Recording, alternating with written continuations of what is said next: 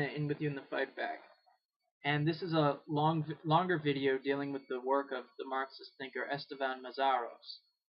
And Meszaros is an important Marxist thinker who I believe is understudied in many respects because of his often forbidding and heavy use of Hegelian and other Marxist language.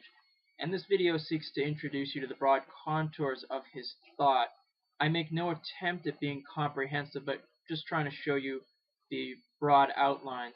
And those interested in further exploring Meszaros' work should consult the short bibliography found at the end of this video.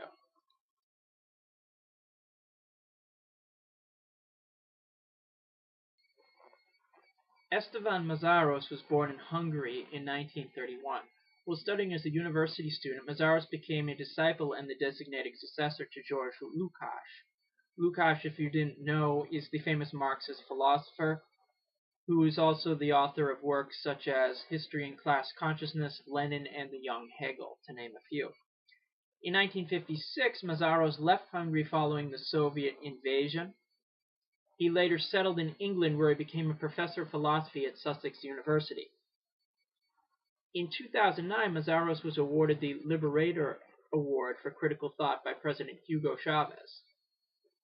And Meszaros' work has been highly praised by Chavez and is being studied by revolutionaries in Venezuela. And as I hope this video will help to do, is to help his work be further studied not just in Venezuela, but elsewhere as well.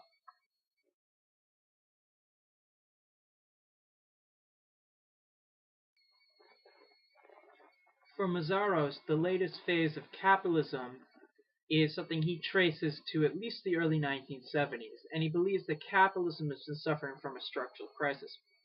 According to Meszaros, the structural crisis is universal, global. Its time scale is extended, and its mode of unfolding is creeping. A structural crisis affects the totality of a social complex, in all its relations with all its constituent parts. Capitalism's structural crisis is marked by the system reaching its absolute limits that threaten the very survival of humanity. For socialists, there is a responsibility to know what the big picture is so that proper strategies can be devised to combat it. Capitalism at this juncture is characterized by its ever-increasing need to expand. The profit motive, of course. Earlier in its history, capital's need to expand was a tremendous advance over earlier socio-economic formations, feudalism, slavery. However, in its current phase, capitalism's need to expand is just destructive. According to Meszaros, capitalism needs to expand production without limit in order to remain profitable. The basis of capital's need to expand is based upon exchange value, the cash nexus. Exchange value doesn't necessarily have to provide for any human need. From capitalist perspective, exchange value can be medicine, something rather useful, or bombs, not really all that great. Thus, human need is subsumed beneath the need for limitless capital expansion. However, capital's need for endless expansion is contrasted to the finite world in which we live. Natural resources can run out, Capitalism expansion threatens the very sustainability of the world. The absolute limits of capital are the contradictions among imperialist powers and the other nations. For instance, we see productive destructive of advanced capitalism, capitalism's inability to meet demands for substantive equality and chronic unemployment. Capitalism's drive to expansion eventually produces the tendency of monopolies. These monopolies must seek continual expansion and the protection of their power and profits. This means the elimination and subjugation of rivals. Imperialism is the necessary result of capitalism's drive to monopoly. In our time, capitalism is characterized by the dominant role of U.S. imperialism. According to Meszaros, U.S. imperialism's role is hegemonic. There are other imperialist powers, France, the UK, that have antagonisms with the United States. Sometimes these antagonisms are handled without conflict, other times they explode into wars. In the current era, U.S. imperialism is dominant and seeks to maintain that predominant position at any cost. The consequences of U.S. imperialism's drive to maintain itself are various preventive wars over the past decade. U.S. imperialism is even willing to resort to nuclear blackmail, and that potentially threatens us all as a species.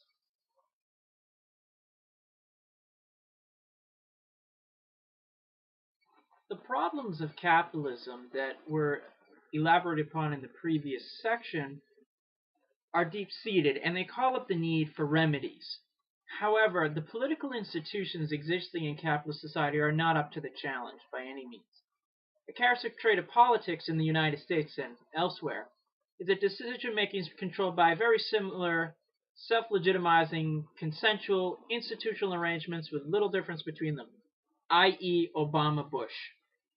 In this situation, the interest of imperialism, expansion at any cost, must prevail.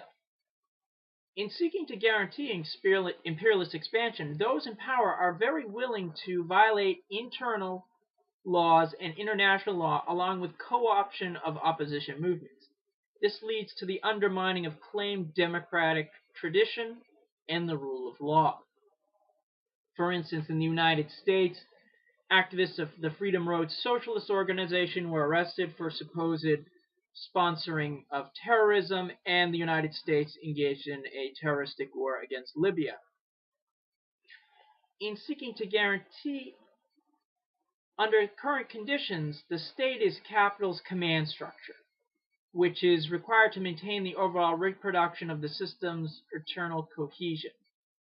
Yet this cohesion is impossible to maintain since the relations of forces among various capitals and nations is constantly changing, and some totalitizing force is necessary, namely the state. Yet at the same time, capital must expand, and this expansion, as elaborated upon in an earlier section, is rife with contradiction.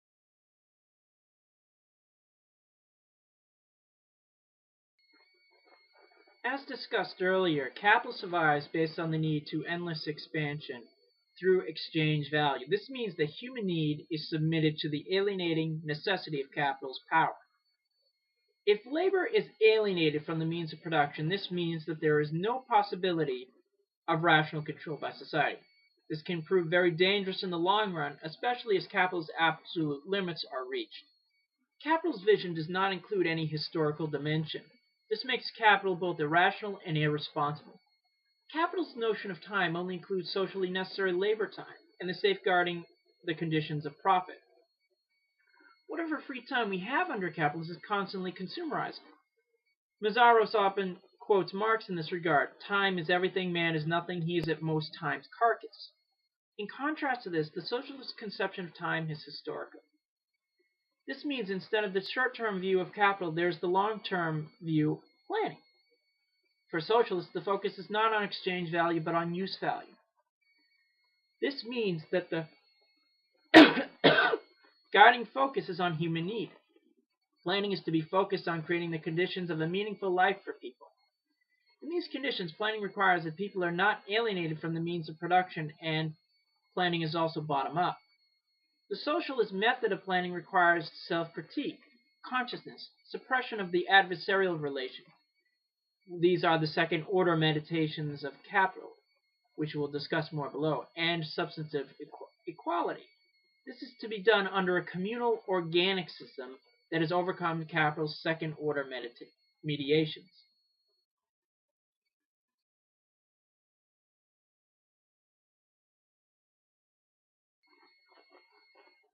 For Meszaros, the crisis of politics mentioned earlier needs to be confronted by socialists with new forms of strategy. Meszaros believes that old-style political parties of the working class, whether those of the Second, Third, or Fourth Internationals, have been integrated into the parliamentary structures of capital and are largely irrelevant. The old parties were devoted to reformist ends which had to accommodate themselves to capital's needs. This meant that the parties and trade unions were defensive structures, which were often successful in getting partial reforms or concessions from the powerful. Reformist socialists and unions sought to gain a bigger piece of the capitalist pie through growth, which meant that they ended up supporting the system and revitalizing it, often through Keynesian strategies. Yet reformist accommodation did little to make a lasting impact on capital's contradictions. Reformists followed the line of least resistance, accommodating themselves to capital. To Meszaros, that was often easier than fighting for a real alternative, which would require active commitment and sacrifice. What is needed is not parliamentary action, but the but the organizational, sustainable mobilization of the masses, i.e., labor, for socialist change.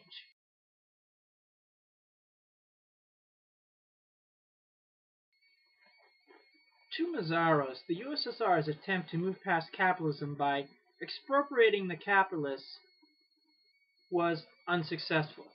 They did expropriate the capitalists, but the system was still dominated by capital. In the USSR, accumulation was done through the mediation of the state. Although the USSR suffered through genuine hardship and emergency early on, the Lenin era largely, this was artificially prolonged by Stalin in order to institute authoritarian policies. Soviet socialism, for instance, instituted gulags, obedience at all levels, which brought a decline in labor productivity. To overcome these, Stalin, towards the end of his life in 1952, wrote in the Economics Problems of Socialism, promoted the idea of managerial labor discipline. Stalin also promoted the eternal validity of the law of value, separation of labor and manager, and the separation of mental and physical labor. Stalin wanted a society controlled by rational market-like practices that would lead to commodity production and circulation. In a sense, Stalin was a capitalist rotor in the eyes of Meszaros, or at least he was instituting the way. However, the USSR could not operate on commodity production because a proper market did not exist. Although Khrushchev made some steps to establish a market, capitalist restoration fully occurred under Gorbachev, and according to Meszaros, its roots can be traced to Stalin.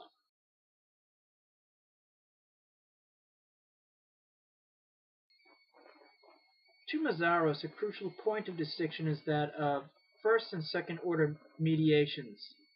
First order mediations are those which are essential to all social formations. Second order mediations are those found in capital. For Meszaros, the USSR was not either willing or able to challenge capitals for second order mediations.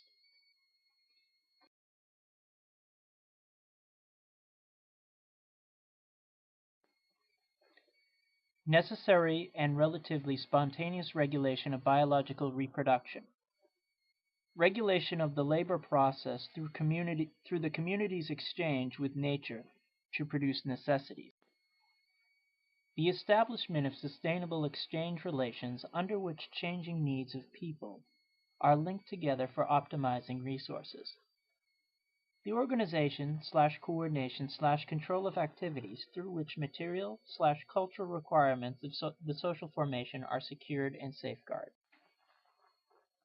The rational allocation of resources that contributes to fighting scarcity. The enactment of and the administration of the rules of a given society.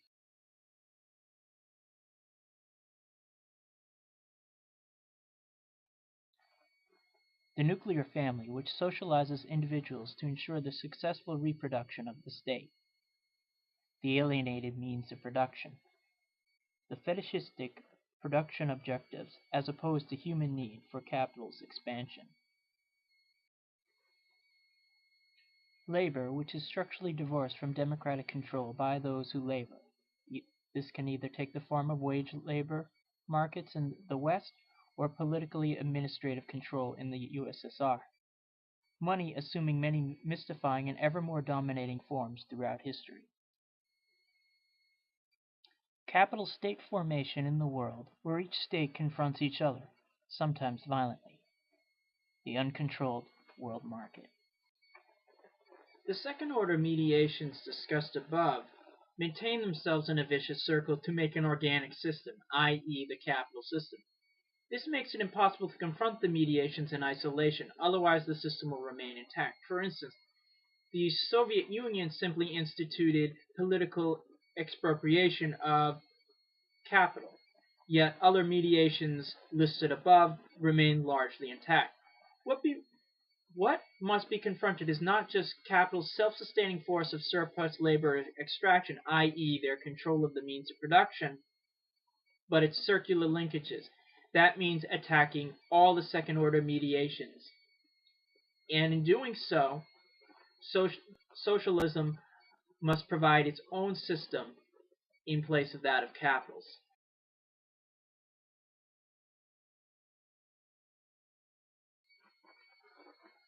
Meszaros' thought encompasses many areas from the range of the current crisis of capital to different forms of planning. This video makes no pretense at being comprehensive. I'm certain there's plenty I left out. For instance, I didn't really touch on his work on Marx's theory of alienation. I'm simply trying to show you the broad outlines of Meszaros' thought to those especially first approaching it. If this video serves to provoke your interest in Meszaros, I urge you to consult the books found in the credits below that are available largely from Monthly Review Press and other publishers. Again, this is Enaa. Until next time.